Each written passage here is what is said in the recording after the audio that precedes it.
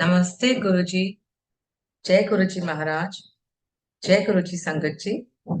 Multilingual global सेवादार team की तरफ से आप सबका इस प्लेटफॉर्म पे बहुत बहुत स्वागत है।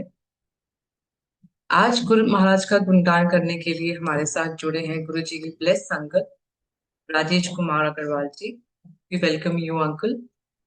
Uncle, we request you to kindly unmute yourself and start your sangat chairing. Rana गुरुजी।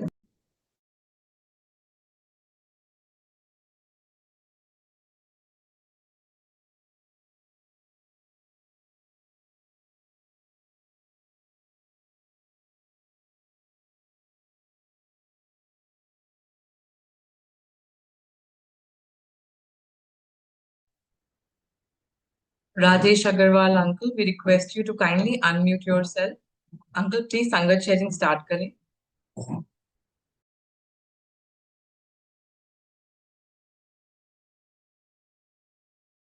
जय गुरु जी। जय गुरु जी।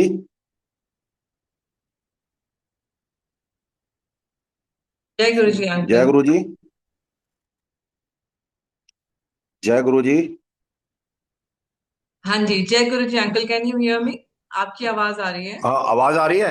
हाँ जी अंकल, आपकी आवाज आ रही है। आप प्लीज संगत शेयरिंग स्टार्ट करें। हाँ जी, हाँ जी। जय गुरु जी। आई सारी संगत को जय गुरु जी। गुरु महाराज जी के चरणों में मेरा कोटि कोटि प्रणाम, कोटि कोटि नमन।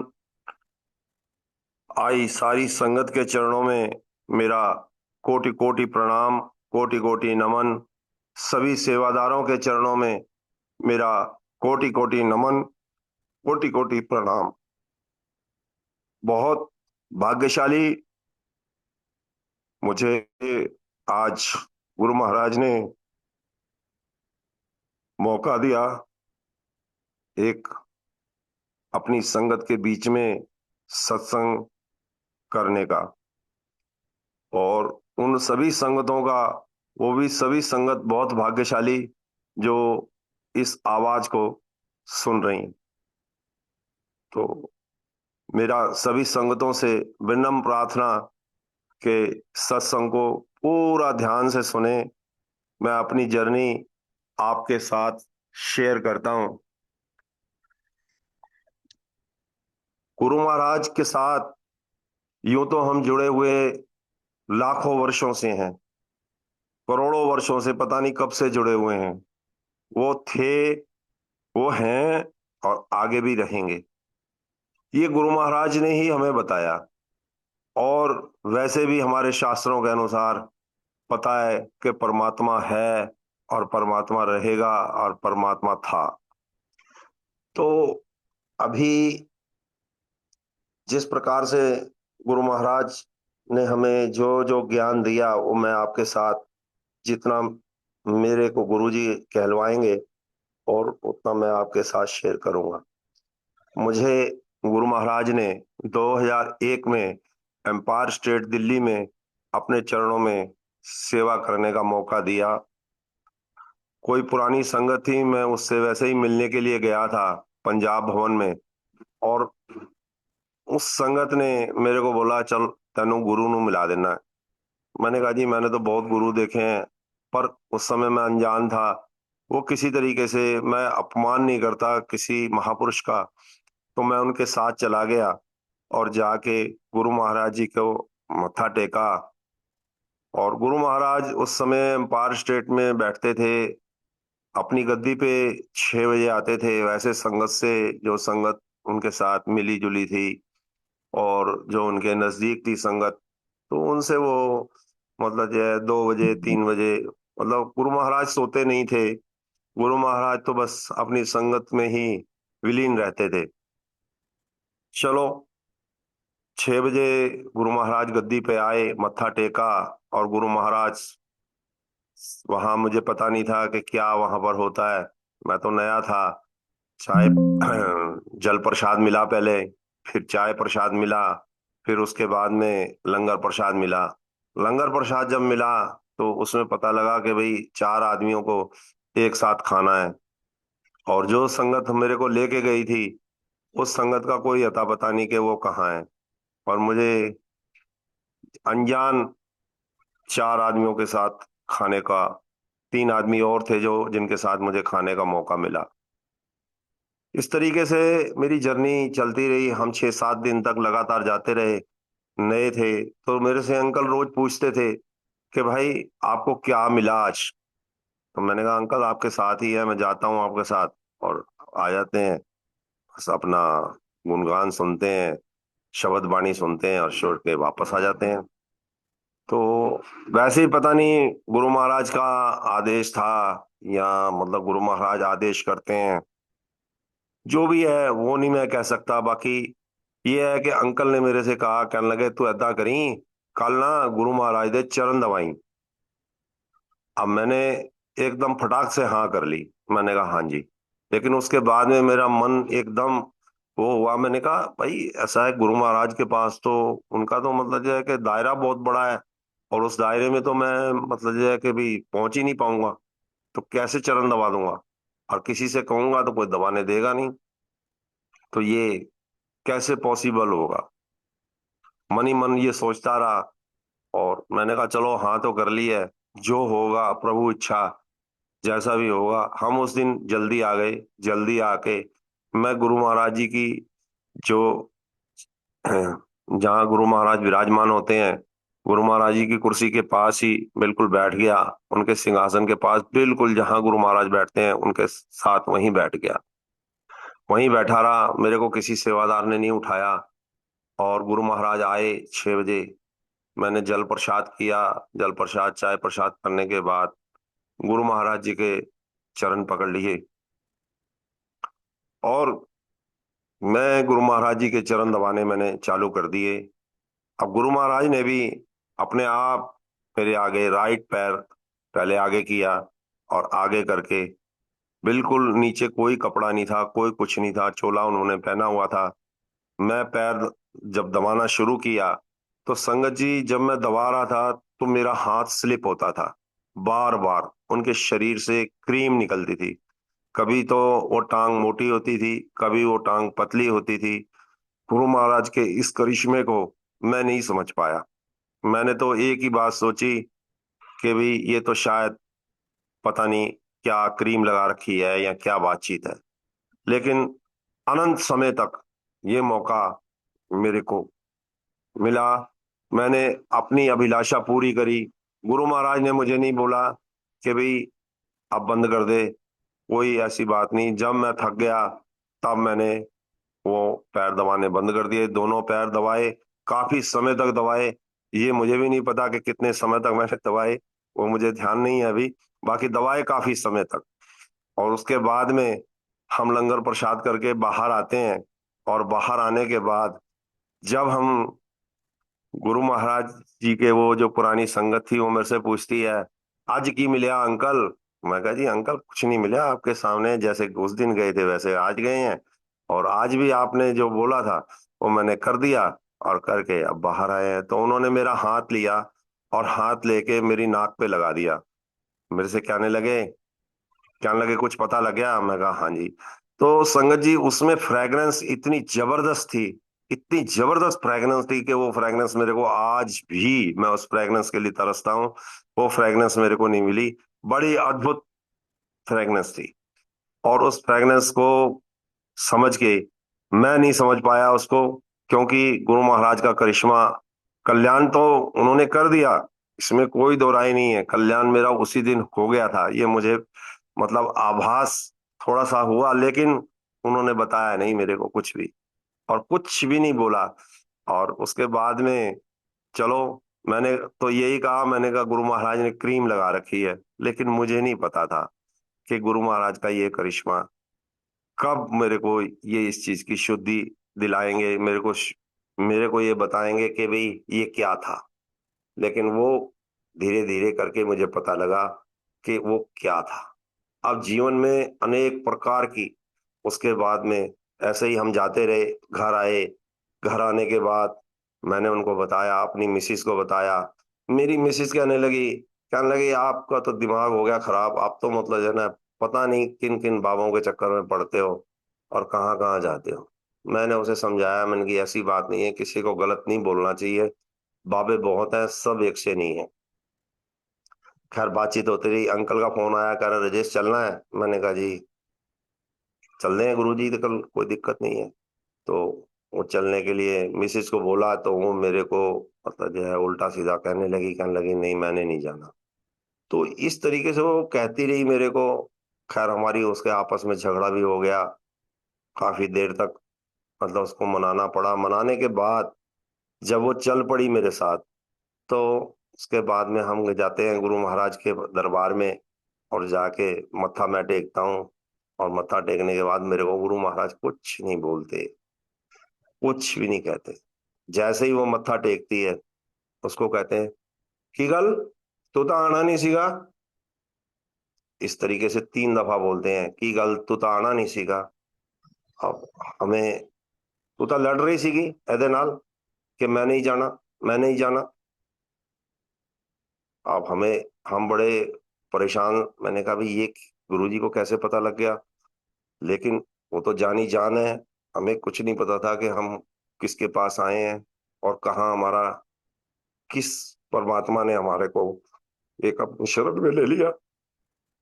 लेकिन परमात्मा ने उस समय हमें बहुत कुछ दिखाया, बहुत कुछ दिखाया। और उन्होंने हमें ये भी बताया कि बेटा कित्थों आए हो, ऐसे कुछ बातें करी मेरी मिसेज के साथ। और हमें हुक्म किया कि मेरा बड़ा मंदिर बन रहा है, आप वहां जाओ और जाकर उसे देख के आओ और मुझे बताना। तो उसके बाद हम बड़े मंदिर गए। वहां पर भी मतलब बहुत अच्छा मंदिर बना हुआ था। वहां पर भी एक अद्भुत सा करिश्मा हुआ। कोई संगत किसी को बाहर जाना था। वो उस समय 2001 की बात है संगत जी। 10,000 रुपए की गड्डी उस समय बड़ी मायने रखती थी। वो 10,000 रुपए का कैश लेके और बॉक्स में डाल के और वो चला गया। मैं देखता ही रह गया। मैंने कहा भाई ये क्या करिश्मा है।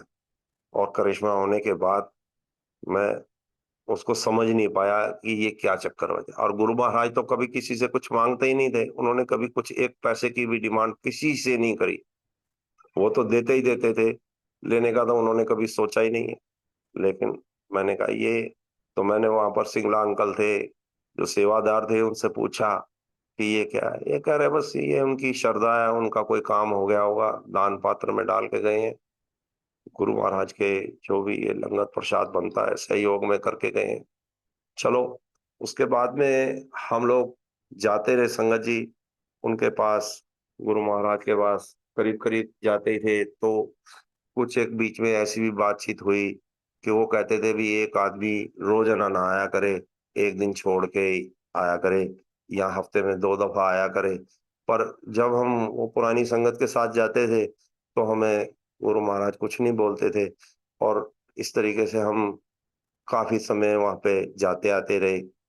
अब उसके बाद में संगत जी होता क्या है कि मैं एक अद्भुत सा आपको सत्संग और सुनाता हूँ कि जब हम मेरी मिसिस घर आती है तो घर आने के बाद उसको रात को एक ड्रीम आता है। और ड्रीम आने के बाद उसमें गुरु महाराज अपने सारे रंग दिखाते हैं। हर कलर का चोला, हर कलर की हाइट, हर कलर की, कभी कहीं खड़े, कभी कहीं खड़े, कभी किसी रूम में, कभी नीचे बैठे हुए, कभी हंसते हुए, कभी कुछ। तो वो मतलब जो है स्वप्न में परेशान हो जाती है। और परेशान होके और मेरे को सवेरे उठ के बोलती है कि मैं, मेरे को तुम कहाँ ले गए और मेरे को तो रात बहुत परेशान किया और ऐसे ऐसे ऐसे ऐसे बात है। मैंने कहा भी परेशान, इसमें परेशान होने वाली तो बात कुछ नहीं है। तेरे को गुरु महाराज के दर्शन हुए हैं, बस यही है कि उन्होंने दर्शन कराए। तो इस तरीके से गुरु महाराज कई दफा मतलब ड्रीम में आते हैं और आते रहे। और हमें फिर हमने उनसे एक दिन बात करी जो पुरानी संगत थी। तो उन्होंने हमारे को जवाब दिया कि कमलियो तुसी तो पागल हो, ਤੁਹਾਡੇ ਘਰ गुरु महाराज आ गए, ਤੁਹਾਨੂੰ हर स्वरूप दे दर्शन मिल गए, और ਤੁਹਾਨੂੰ की चाहिए। तो हम अनजाने में इस तरीके से गुरु महाराज के पास हम जाते रहे। फैमिली के हम लोग 20 लोग थे। 20 लोगों में कोई भी ऐसी आदमी नहीं था जिसका कल्याण गुरु महाराज ने ना किया हो। क्योंकि गुरु महाराज उस समय ये कहते थे, तू एक दफा मेरे को ले आएगा, मैं तेरे नाल करोड़ दफा है, करोड़ दफा तेरे नाल है। तो गुरु महाराज का एक ये एक मतलब जो है सभी संगत के लिए एक आदेश कह लो या एक फरमान कह लो, जो भी कुछ कह लो, वो मतलब ये था कि तू एक दफा मेरे पास आ गया, बस आना। गुरु महाराज की एक शर्त होती थी कि जब भी तू मेरे को ले आए, अपने अहंकार को, अपने गुस्से को, अपने आप को बदल के नीवा होके आई। जहां तू जुत्ती उतारेगा बाहर, अपने अहंकार को उस जुत्ती के अंदर रख के आना, मेरे पास आके इफ एंड बट कुछ नहीं करना, ना मुझसे कुछ मांगना, ना मुझे कुछ कहना, मेरे को सब पता है, मैं सब। वहां कोई बात नहीं होती थी, गुरु महाराज बस बैठे रहते थे। वो जो अपने दो तीन संगत जो, जैसे उस समय मेनका गांधी, अरुण शौरी, ये लोग आते थे, तो उन लोगों से कुछ बात करते थे। बाकी और किसी से वो ज्यादा बातचीत, या अपने सेवादार से बात करते थे गुरु महाराज, और किसी से कोई बातचीत नहीं करते थे, ना गुरु महाराज कोई उपदेश देते थे। बस गुरु महाराज का एक ही काम था कि जैसे ही मतलब यह है कि शब्द वाणी संपूर्ण हुई, तो होने के बाद वो लोग बस जिसके दिल आता था उनको, तो वो गुरु महाराज की मर्जी होती थी, उसको कहते थे खड़ा हो जा, 10, बस इतनी बात बोलते थे। और वो अपनी कहानी सारी बतानी शुरू करता था कि मेरे साथ ये हुआ, मेरे साथ ये हुआ, मेरे साथ ये हुआ। गुरु महाराज उसको सुनते थे, संगत सुनती थी। यही सत्संग था और यही कल्याण का एक रास्ता था। तो इस चीज को, जिन लोगों के कल्याण हुए उनको तो सब पता लग गया। बाकी कुछ लोग ऐसे भी थे कि कल्याण तो सभी का हुआ, लेकिन कुछ लोग ऐसे थे जिनका लेट हुआ, जिनको पता नहीं लग पाया, तो इस वजह से उन लोगों ने जाना बंद कर दिया। तो ये सब चीजें उस समय थी। ये मेरी जर्नी के कुछ खास वो थे। बाकी मैं, जर्नी तो बहुत लंबी है, क्योंकि गुरु महाराज से जुड़े आज 25 साल हो गए, और 25 साल के अंदर बहुत सारे, बहुत सारे मेरे साथ वाकया हुए हैं, और जिनमें से मैं कुछ को आपको बयान करता हूँ संगत जी। सबसे पहले तो मैं जो बख्यान करना चाहता हूँ, जो संगत है जिनको नहीं पता, वो भी मैं आपको बताना चाहता हूँ कि गुरु महाराज ने एक बड़ा मंदिर बनाया। गुरु महाराज ने एक बड़ा मंदिर बनाने का क्या कारण था? क्योंकि गुरु महाराज ने इस स्वरूप से, इस मानव स्वरूप से जाना था। इस वजह से वो जानी जान थे। उन्होंने 2002 में ही सत्संग स्टार्ट करा दिए थे, और बड़ा मंदिर बना के कंप्लीट कर दिया था। और बड़ा मंदिर गुरु महाराज ने बनाया। गुरु महाराज ने जो बड़ा मंदिर बनाया, इसका क्या महत्व है, इसमें कैसे दर्शन करने चाहिए, क्या इसकी बातचीत है, वो सारी मैं आपको बताता हूँ। आप जब भी बड़े मंदिर जाते हैं, ये दुनिया का सबसे बड़ा मंदिर है। क्योंकि आम मंदिर, आम जितने भी मंदिर बने हुए हैं, वो सब इंसान ने बनाए हैं। इंसान अपने आप बना के और उसमें मूर्ति बन रख के और उसकी पूजा करता है, वो इंसान द्वारा मूर्ति बनाई गई है। लेकिन यहाँ गुरु महाराज ने मंदिर अपने आप तैयार किया, उसके अंदर किसी प्रकार की कोई भी बातचीत नहीं ऐसी है। गुरु महाराज ने वहां पर 12 ज्योतिर्लिंग स्थापित किए हुए हैं, ब्रह्मांड की सारी शक्तियां स्थापित की हुई हैं, और गुरु महाराज ने एक कल्याण का रास्ता वहां पे बनाया हुआ है। गुरु महाराज ने ये कहा था कि जो संगत 5 पौड़ियों को बिना हाथ लगाए मेरे दरबार में आके मत्था टेकेगी, ओम नमः शिवाय, शिव जी सदा सहाय, ओम नमः शिवाय, गुरु जी सदा सहाय का जाप करेगी, वो भव सागर से पार होगी। तो ये आज भी वो चीज जीवित है। मुझे नहीं, बहुत सारी संगत को, जो उनके क्लासमेट थे शिव अंकल, उनको भी ये बातचीत गुरु महाराज ने बताई थी, और उनके साथ तो बहुत, तो जो है वो दिल की बात करते थे। तो इस तरीके से ये बड़े मंदिर का बहुत बड़ा महत्व है। और आप जब भी दर्शन करने के लिए जाएं, तो आप इन चीजों का ध्यान रखें। वहां पर हो सके अपना सिर ढक के जाएं। सिर ढकने का भी एक बहुत बड़ा महत्व है संगत जी। वहां पर अगर बैठने का आपको मौका मिले, और वैसे तो भीड़ बहुत ज्यादा होती है, पर अगर आपको मौका मिले तो वहां जरूर आप बैठें, और बैठ के 10 मिनट 5 मिनट जो भी मौका आपको मिलता है गुरु मंत्र का जाप करें। और कुछ ना गुरु महाराज से मांगे, ना कुछ बताएं, गुरु महाराज को सब पता है। कल्याण कैसे होगा, कब होगा, ये आप ना पूछें, बस आप अपना जाएं, उनको सब पता है। आपका कल्याण होगा ही होगा। गुरु महाराज ने कहा तू आ गया, बस मेरे लिए इतना काफी है। बस गुरु महाराज तो एक ही बात कहते थे, आंदे जांदे रहा करो, बस आंदे जांदे रहा करो, बस और कुछ नहीं बोलते थे। गुरु महाराज कहते थे जा, कोई गल नहीं, जा ऐश कर, बस उनकी मर्जी थी। जैसे जो कह दिया कह दिया। जो संगत मेरे को लेके गई थी, वो संगत ने अपने सत्संग मेरे साथ शेयर किए, बहुत सारे कल्याण उनके हुए। तो गुरु महाराज के पास तो सारी चीजें थी। बाकी ये है कि वो अगर हंसते हंसते भी बोल दे, या मतलब यह है कि भी अपने मूड में बैठे हों तो वो बोल दें, या कुछ भी है, तो वो सब चीज है। या आपके स्वप्न में कभी आके अगर कोई चीज का आपको पता लग गया और उन्होंने मैसेज कन्वे कर दिया, तो वो सच्चाई है संगत जी, उसमें कोई भी झूठ नहीं है।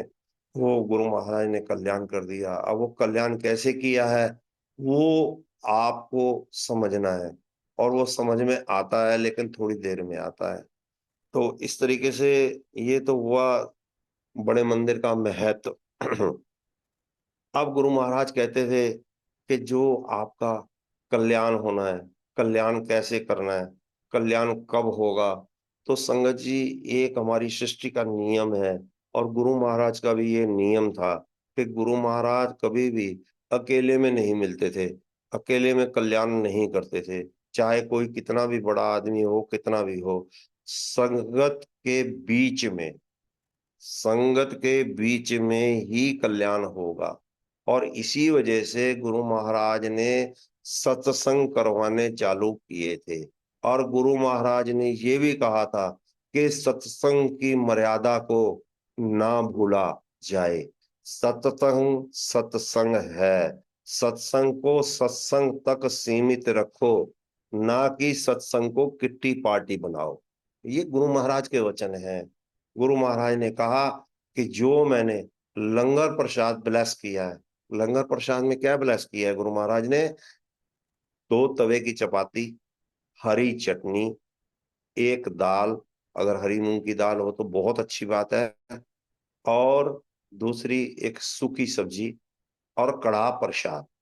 कड़ाह प्रसाद में आजकल लोग क्या करने लगे, दाल का हलवा बनाने लगे, खोआ डालने लगे। नहीं, कुछ नहीं। जो गुरुद्वारे में कड़ाह प्रसाद मिलता है, सिर्फ आटे का कड़ाह पड़ता है देसी घी के अंदर, बस। उसके अंदर आजकल सलाद रखने लगे, वो रखने लगे। ये सब गुरु महाराज कहते कि वो लंगर नहीं हुआ, वो किट्टी पार्टी हो गई। आप किट्टी पार्टी कर रहे हैं, आप किट्टी पार्टी में नहीं आए, आप यहाँ पर, वो सब गुरु महाराज ने ब्लेस किया हुआ था। और इसका जो रहस्य है वो भी बहुत थोड़ा सा लंबा है।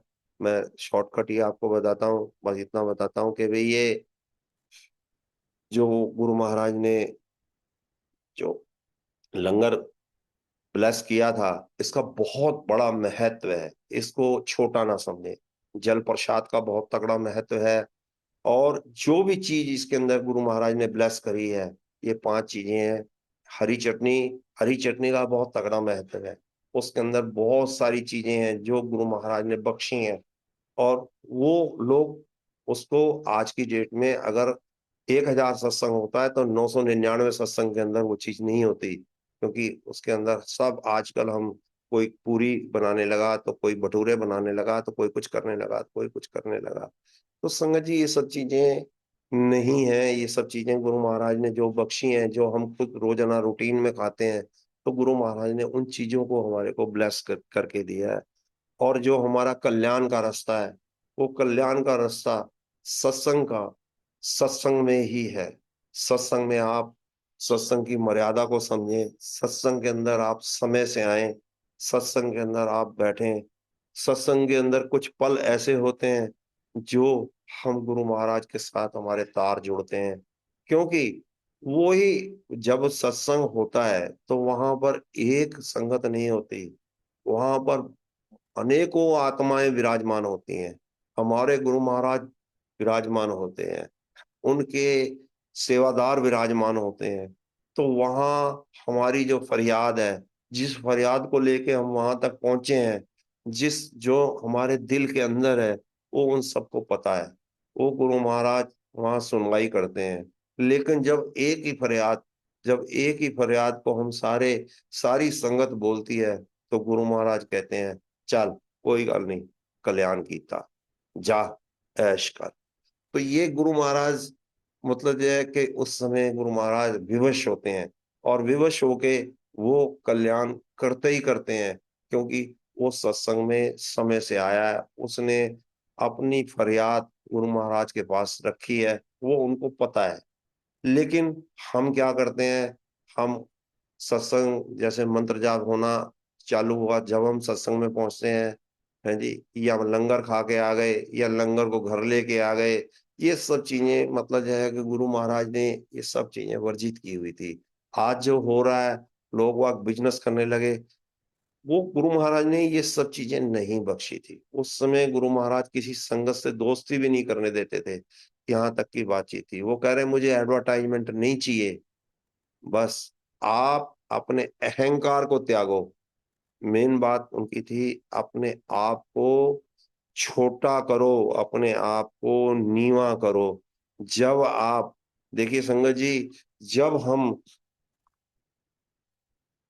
कहते हैं कि जब जो पानी है वो नीवे स्थान पे जाता है, ऊंचे पे नहीं जाता। तो जब हम नीवे हो गए, तो नीवे होने के बाद ही हम गुरु महाराज से कुछ ले सकते हैं। और जब नम्रता पूर्वक आप अपने कपड़ों को, अपने आप को बदल के, अपने आप को बिल्कुल गुरु महाराज के मत सरेंडर करके गुरु महाराज की शरण में जाते हैं, तो गुरु महाराज उसी समय आपका कल्याण करते हैं। और गुरु महाराज ये भी कहते थे, तू जिस शेप में आएगा, जिस तरीके से तू आएगा, उसी तरीके से तेरे को दवाई मिलेगी। अब संगत जी, इसमें गुरु महाराज ने एक एग्जाम्पल भी करी कि हम डॉक्टर के पास जाते हैं, और अगर मान लीजिए हम बिल्कुल ठीक ठाक है और कहते हैं जी ये तकलीफ है, ये बातचीत है, ये ऐसे है, ये ऐसे ऐसे, तो डॉक्टर हमारे को टेस्ट लिख देता है, ये कराओ ये कराओ, हमारे को 50,000 के टेस्ट लिख दिए। और लिखने के बाद जी वो टेस्ट कराते हैं, टेस्ट कराने के बाद फिर वो कहता है ये कराओ वो कराओ ये कराओ। लेकिन अगर हमारी अवस्था खराब है और हम डॉक्टर के पास जाके कहते हैं डॉक्टर साहब तबीयत बहुत ज्यादा खराब है और बहुत तकलीफ है, तो डॉक्टर साहब पहले सबसे पहले जो भी मेडिसिन होती है, जो भी उसको जरूरत होती है, वो देते हैं पहले। तो इस वजह से गुरु महाराज ने भी कहा कि जिस तरीके से तुम जाओगे, उस तरीके से अगर तुम बन ठन के सुर्खी बिंदी लगा के गुरु महाराज जी के पास जाओगे, तो उसी तरीके से ट्रीटमेंट होना है। ट्रीटमेंट गुरु महाराज ने कुछ नहीं कहा, गुरु महाराज को कुछ नहीं चाहिए, ना उनको आपके फूल चाहिए, ना आपको उनकी सुंदरता चाहिए, ना कुछ चाहिए। वो तो कहते थे बस तू साफ सुथरा हो के मेरे को ले आ गया, बस बह जा, बस। और कुछ नहीं उनको चाहिए, बस उनको तो भाव चाहिए कि आपके मन का भाव, आप नीवा हो गए, आपने कुछ वहां कहना भी नहीं है, कुछ बोलना भी नहीं है, मांगना भी नहीं है, उनको सब पता है, कल्याण उन्होंने कर देना है। वो एक ही बात बोलते थे कि मेरे पास चोर आएगा तो उसका भी कल्याण करना है, डाकू आएगा उसका भी कल्याण करना है, और जो कोई भी मेरे पास आएगा कल्याण। लेकिन संगत जी, इसका ये मतलब नहीं है कि उन्होंने ये कहा कि भी वो आएगा मुझे कल्याण करना है। हमें अपने कर्मों के अनुसार सजा मिलेगी, ये 100% है। जो हमने कर्म किए हुए हैं, गुरु महाराज कहते थे कि अगर तैने कर्म गलत किए हैं, उसकी सजा तेरे को मिलेगी। लेकिन अगर तू अच्छे कर्म कर रहा है और तू अब बदल गया है और तैने उसको सुधार करने की कोशिश करी है, तो मैं इतना कर सकता हूं कि तू मेरे पास आना तैने शुरू कर दिया है, अपने आप को तैने बदल दिया है, तो मैं उन कर्मों के अंदर तेरी सजा को 90% तक माफ कर दूंगा। 10% फिर भी तेरे को भुगतनी पड़ेगी और भुगत ले। लेकिन वो जब है कि जब तू अपने अहंकार को त्याग देगा, मानवता पे आ जाएगा, बेजुबानों की सेवा करेगा। सेवा करने का गुरु महाराज का बहुत वो था, वो कहते थे तुसी सेवा करो, किसी बेजुबान की, किसी की, पक्षियों की, मत गाय की, जो भी हम सेवा कर सकते हैं, जहां कर सकते हैं वो सेवा हमें करनी चाहिए। किसी गरीब की जैसे भी सेवा हो सकती है वो सेवा हमें करनी चाहिए। उस उसको कभी भी ये नहीं सोचना हो, कहना चाहिए कि ये मैंने किया, यहाँ मैंने इतने पैसे लगा दिए, यहाँ मैंने ये कर दिया ना। पैसे से सेवा नहीं होती। सेवा अपने मन से, भाव से, अपने हाथों से, अपने तन से, श्रमिक सेवा जो होती है वो सेवा मानी जाती है। उस सेवा को, उस सेवा का कोई अंत ही नहीं होता। वो सेवा अगर आप खुद करते हैं, मर्ज आपको है। अब आपने नौकर को बोल दिया, मैंने आज देखा है, नौकर को भेज दिया, बोल दिया जा ऐदा कर, आ गऊ का पेड़ा रखा हुआ है, आ गां नू जाके दे आ। तो उसका जो फल है वो नौकर को मिलेगा, आपको थोड़ा ना मिलना है उसका। आपको कुछ नहीं मिलना उसमें। ठीक है ना। तो करता वो है, करने वाला वो है, आपने तो अपना कर्म कर दिया। बाकी मेरे हिसाब से, और जो गुरु महाराज कहते थे कि जो तू करेगा वैसा पाएगा, तो ये गुरु महाराज की बहुत सारी बातें थी। अब मैं आपको अपना एक वो सत्संग सुनाता हूँ जो बहुत ही, मैंने कई दफा वो सत्संग सुनाया भी है। संगत जी, 2022 की बात है। मैं अपने ऑफिस में बैठा हुआ था, बैठे बैठे बात बात करते करते, जैसे मैं अभी लगातार बोल रहा हूँ इस तरीके से बोल रहा था, बोलते बोलते मेरी आवाज बंद हो गई। मैंने बहुत डॉक्टरों को दिखाया, बहुत सारे डॉक्टरों को दिखाया, कई दिन तक परेशान रहा। बिल्कुल उसके बाद में डे बाई डे आवाज बिल्कुल बैठ गई, ऐसी आवाज हो गई कि बिल्कुल मेरे से बोला ना जाए। कई ट्रीटमेंट कराए, होम्योपैथिक, एलोपैथिक, सारे ट्रीटमेंट कराए, बहुत दवाइयां ली। लेकिन जब मैं बिल्कुल हार गया, हारने के बाद 3-4 महीने हो गए, 5-6 महीने भी निकल गए, तो संकट जी मेरे को मई में हुआ था, 2022 मई में हुआ था। और मैं जब सारी चीजों का ट्रीटमेंट करा के सब हार गया, तो लास्ट में डॉक्टर कहने लगा भाई इसका तो ऑपरेशन होगा, आवाज आ भी सकती है, आवाज जा भी सकती है, दोनों ही बातें हैं, और इसमें खर्चा भी काफी आएगा। तो मैंने तो कभी ऑपरेशन इतना बड़ा कराया नहीं था। अब संगत जी, मैं घबरा गया। घबराने के बाद मैंने क्या किया, एक दिन वैसे ही मन में आया, बड़े मंदिर गया, बस जाके मैंने गुरु महाराज से एक ही बात बोली। महाराज, मेरी मिसेज भी गई, उन्होंने क्या अर्ज करी मुझे नहीं पता, बस मैंने एक ही अर्ज करी, गुरु महाराज उन थोड़ी मर्जी। बस वो दिन तो वो दिन था संगत जी। मेरी आवाज धीरे धीरे धीरे धीरे अपने आप ठीक हो गई। मैंने कोई दवाई नहीं खाई संगत जी, बिल्कुल कोई दवाई नहीं खाई। आपके सामने है ये आवाज। आज ये सत्संग के लिए, या गुरु महाराज ने मुझे बख्शने के लिए, या कैसे भी आप लगाओ, बस ये आवाज को जिंदा कर दिया। मैंने कोई ट्रीटमेंट नहीं कराया उसके बाद। मुझे डॉक्टर, मेरे रिश्तेदार, मेरे दोस्त मेरे से पूछते हैं तेरी तो आवाज खत्म हो गई थी, मैंने कहाँ इलाज कराया। अभी तक मेरे पास फोन आते हैं। लेकिन ये गुरु महाराज का प्रताप है। अभी रिसेंटली बात है, 2025 की फरवरी में, मैं नवंबर में 2024 में मेरे को एक पेट में प्रॉब्लम हो गई। मेरे को मतलब डॉक्टर ने डायग्नोज किया कि हर्निया है आपको।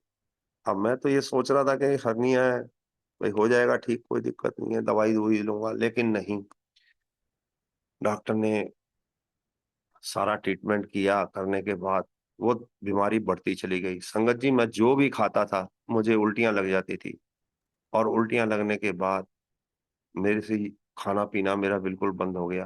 5 फरवरी को मेरे को बड़ा जबरदस्त अटैक आया, मेरा बिल्कुल खाना पीना बंद हो गया। मुझे अपोलो हॉस्पिटल दिल्ली के अंदर एडमिट करना पड़ा। इमरजेंसी में एडमिट हुआ।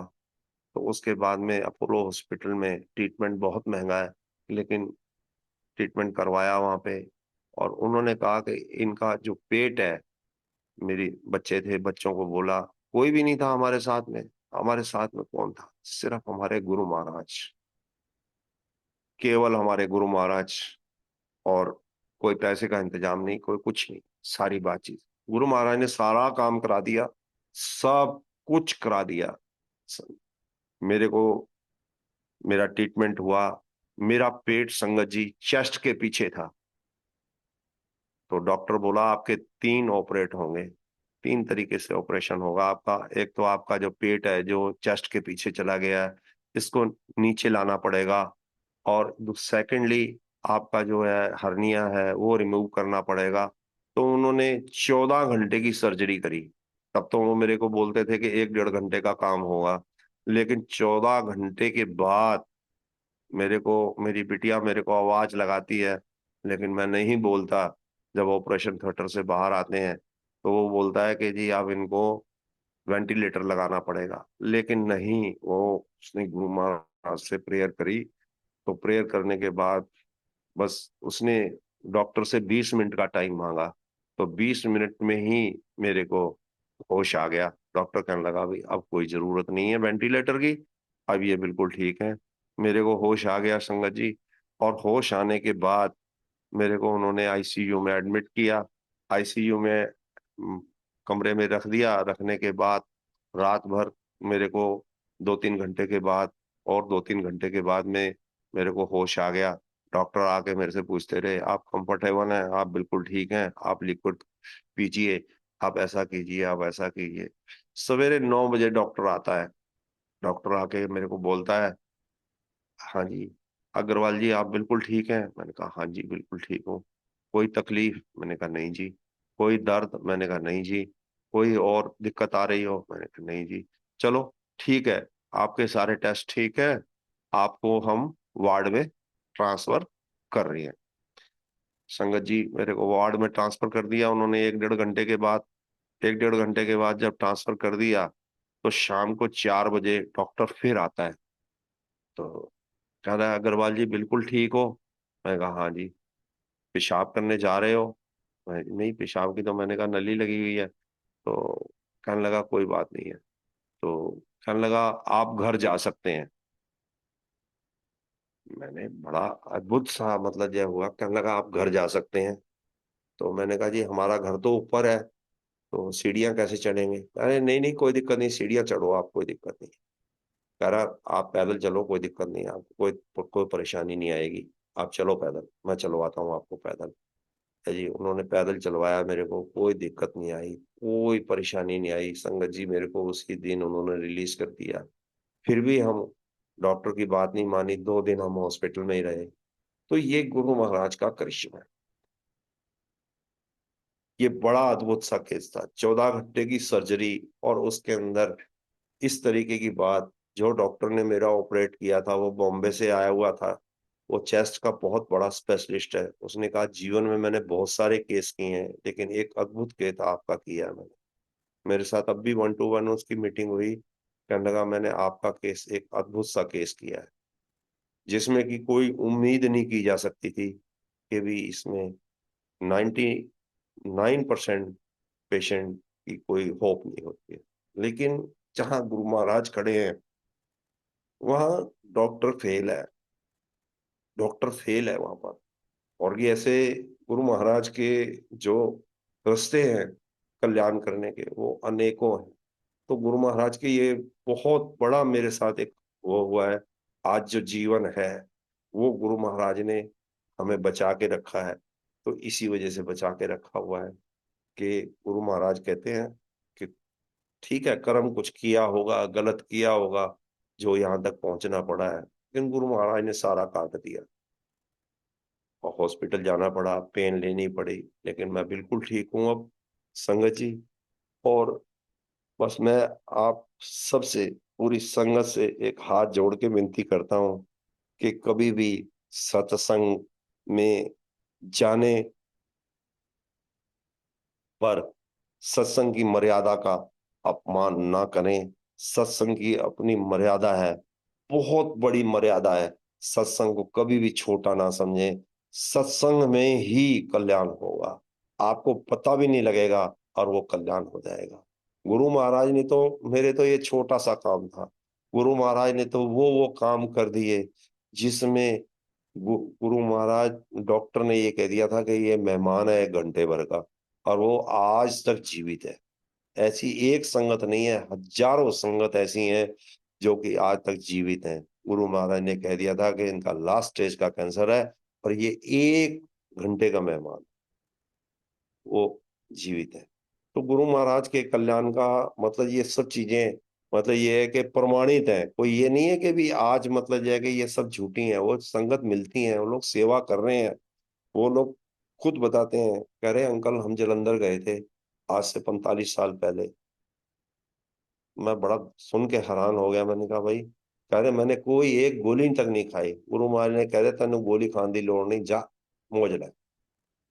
और कह रहा मौज ही मौजे हैं, कह रहा मेरे को कोई तकलीफ नहीं आई, कोई कुछ नहीं है, सेवादार सेवा करता है।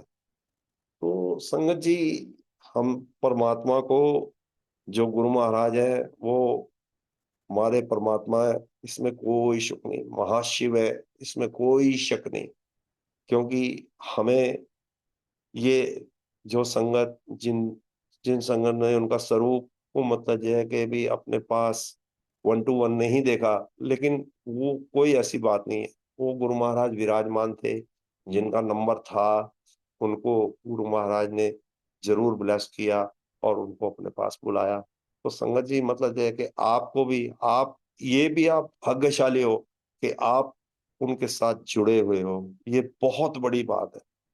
और आपके इतने बड़े बड़े जो कष्ट हैं वो गुरु महाराज कैसे काट देते हैं, आपको शायद नहीं पता लगता कि आपके अगले पल क्या होने वाला था। तो संगत जी, मैं यही कहूंगा कि गुरु महाराज के सत्संग का बहुत बड़ा महत्व है। इस महत्व को आप बिल्कुल भी ना भूलें।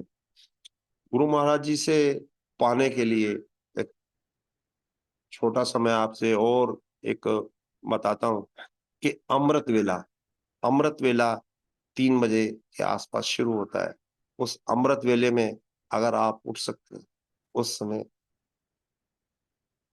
बहुत बहुत तगड़ी पावर होती है। सारी कोर्ट कचहरी गुरु महाराज की खुली होती है।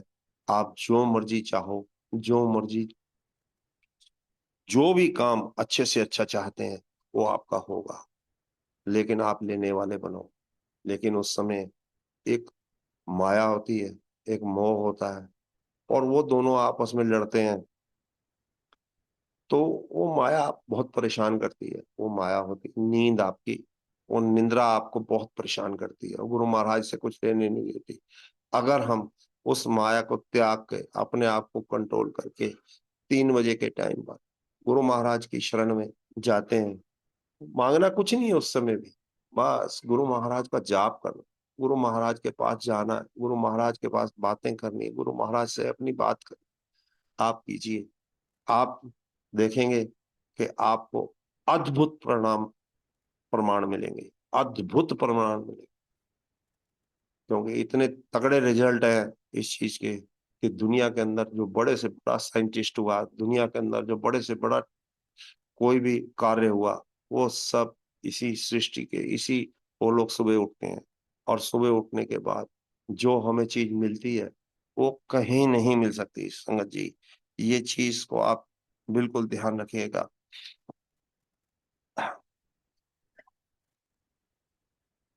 हम कभी भी सुबह उठते हैं, जब उठने के बाद कभी भी आप देखा होगा, हम उठ के कभी धरती माँ को कभी नमस्कार नहीं करते। संगत जी, क्या आपको ये पता है, धरती माँ जिससे हमें सब कुछ मिलता है, इसी से हमें अन्न मिलता है, इसी से हमें जल मिलता है, इसी से हमारे सारे काम होते हैं, दुनिया की सारी चीजें इस धरती माँ से मिलती। हमने कभी शुक्राना नहीं किया इसको, कभी नमस्कार नहीं किया इसको। संगत जी, बहुत सारे लोग हैं नहीं नमस्कार करते, ना उनको पता है। संगत जी, ये बहुत जरूरी है। अगर हम शुक्राना करते हैं, और गुरु महाराज कहते थे, तुसी अपना काम करा लेने हो, करान तो बाद मैनू भूल जाने हो, शुक्राना तो करया करो, घट्टो घट शुक्राना कर दिया करो। तो शुक्राना करना बहुत जरूरी है। और अगर हमें कुछ गुरु महाराज से मांगना भी है तो मांगिए।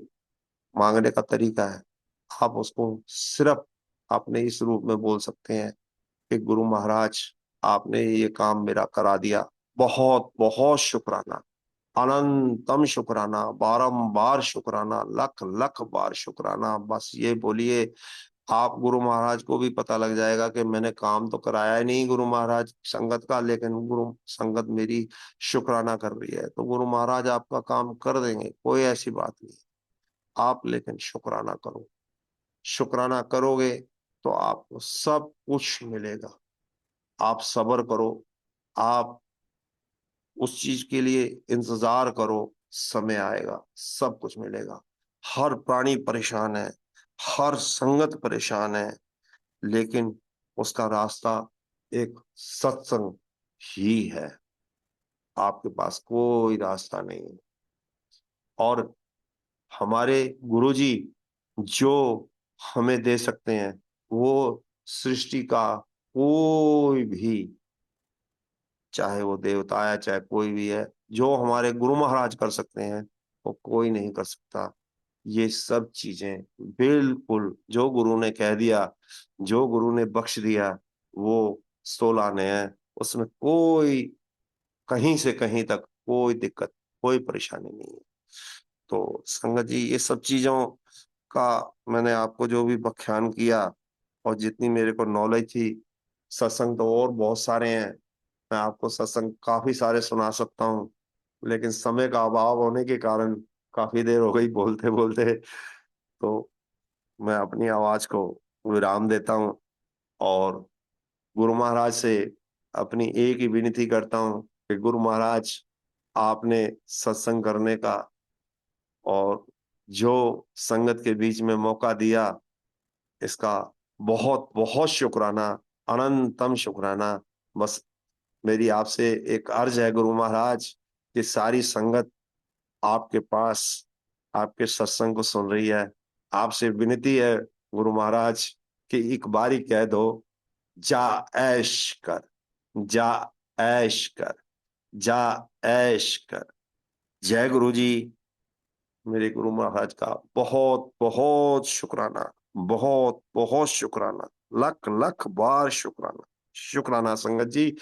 मुझसे जो भी गलती कोई शब्दों में बोलने में कहीं पर भी हुई है, उन सभी के लिए मैं क्षमा चाहता हूँ। बारंबार शुक्राना, बारंबार जय Guru ji. Thank you so much uncle. आपने बहुत ही प्यार से और भाव से अपनी इतनी सुंदर जर्नी गुरु महाराज के साथ पूरी संगत के साथ शेयर करी, और आपने अपने जी। सत्संग के थ्रू बहुत ही इम्पोर्टेंट मैसेजेस पूरी संगत को दिए। सो थैंक यू जी। अंकल हमारे साथ आज जुड़ने के लिए। Thank you so much. शुक्राना बहुत गुरु बहुत जी। शुक्राना आपका भी, बहुत बहुत शुक्राना जो मुझे मौका मिला। और ऐसे ही मैं उम्मीद करूंगा कि गुरु महाराज के सत्संग के लिए मुझे मौका मिलता रहना चाहिए। बहुत बहुत शुक्राना। जरूर uncle. Thank you so much संगत जी हमारे साथ जुड़े रहने के लिए। अब हम सब गुरु महाराज से आज्ञा लेंगे। शुक्राना गुरु जी।